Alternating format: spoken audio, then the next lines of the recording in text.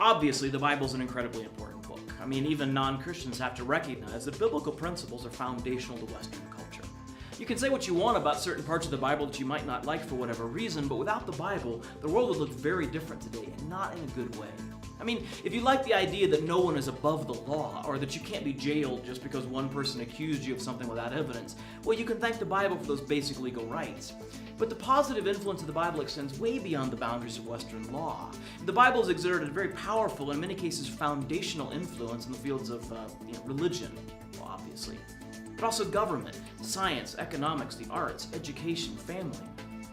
But in spite of the Bible's immense contribution to the world that we live in, it remains a surprisingly misunderstood resource. And I'm not talking here about particular passages that are hard to interpret. I'm just talking about the basic facts about the Bible that nearly everyone seems to forget, such as today's soundbite, that the Bible is not simple history, but theological history. See, the Bible's primary concern is not to record a bunch of names and dates and facts and figures, times and places. The Bible's primary concern is to communicate truth about the God who stands behind history and is revealed through it. You remember in The Wizard of Oz when Toto pulled the curtain back, revealing the little man working the big machine? That's the Bible. It pulls back the curtain and it gives us a glimpse of the reality behind the scenes, behind history. But where The Wizard of Oz said, "Pay no attention to that man behind the curtain," the Bible invites us to do exactly the opposite. Now, I'm not saying that the Bible isn't historical, that it isn't interested in historical events, or that it doesn't depend on historical accuracy. On the contrary, since the Bible seeks to communicate truth about a God who's revealed himself in historical events, the Bible's deeply concerned with historical truth. When the Bible makes claims about things that happen in history, it assumes that it's getting its facts straight. If the Bible is wrong about what actually happened in history, then it would likely be wrong about the theological implications of those events. So the Bible is historical in the sense that it claims to be and depends upon accurate reporting of historical events. But there's a difference between saying that the Bible is historical and saying that it's a history book, or that it's a book of simple history. See, the main goal of simple history is to report what happened. That is, simple history is primarily concerned with names and dates and facts and figures and times and places.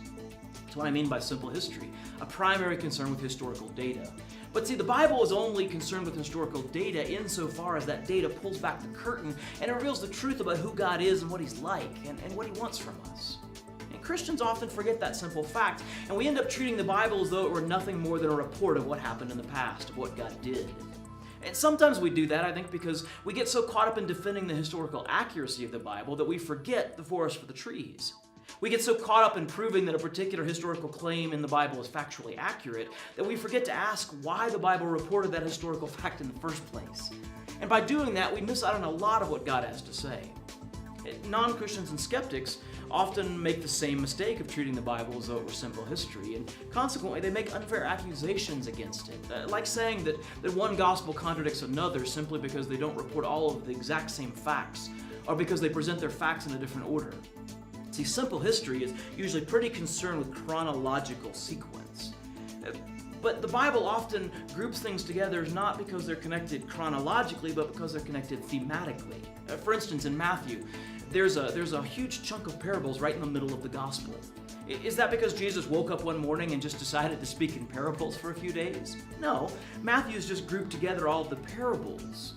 Now, if we think of the Bible as simple history, which emphasizes chronological sequence, then that grouping might cause us to be skeptical about the accuracy of Matthew. But when we realize that the Gospel of Matthew never set out to present a detailed chronological sequence of Jesus' life, then there's no reason to question its reliability. See, the Bible's not simple history, it's theological history. Now again, theological history still has to be accurate. It has to get all of its facts right, precisely because it's depending on those facts to pull back the curtain and reveal the truth about God who stands behind history and is revealed through it. But saying that the Bible is historically accurate isn't the same thing as saying that the Bible is simple history. When we make that mistake, we not only end up finding so-called contradictions where none exist, but we also end up missing a lot of what the Bible has to say.